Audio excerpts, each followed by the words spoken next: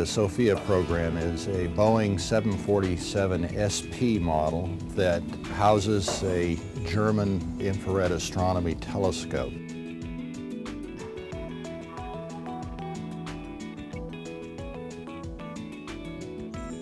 Well, this is probably the most complex modification to a wide-body aircraft that's ever been attempted. We had to basically redo the entire structure of the aft portion of the aircraft.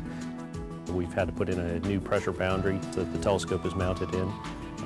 We've had to reroute all of the various systems from the back end of the aircraft and move those either forward or around the cavity cutout. Then we've had to install this very large door component, which is roughly 1/4 of the fuselage.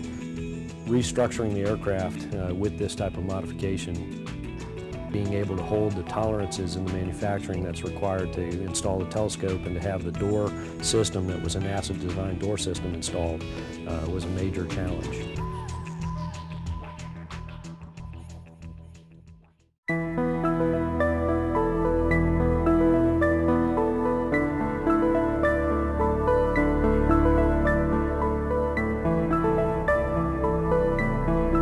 There's probably three principal components of the mission software: the telescope assembly, the mission controls and communication subsystem that runs the mission software, and then the ground facility software, or so-called data cycle system.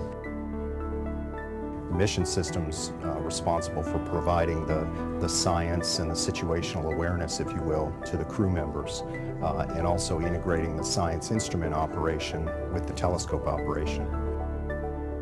We really tried to look at the system as a whole and tried to get our partners to view the system as a whole. They weren't just developing one specific component, they were developing an observatory.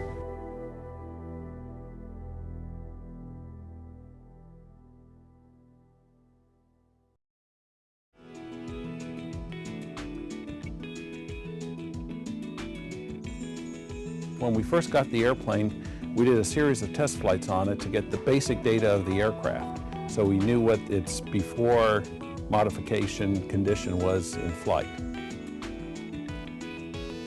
The next step is to make sure we finish up the maintenance checks and the modifications, which are pretty much done, and then refly the test flight and see if we see any differences between the baseline testing that we did and the modification that's just been done.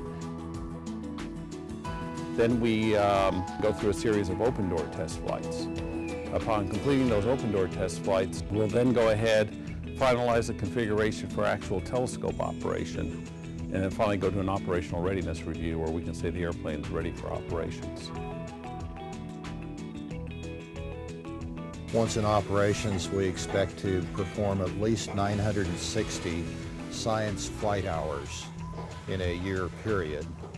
That will enable deployments around the world when and where necessary, and provide for at least 2 months a year of deployment to the southern hemisphere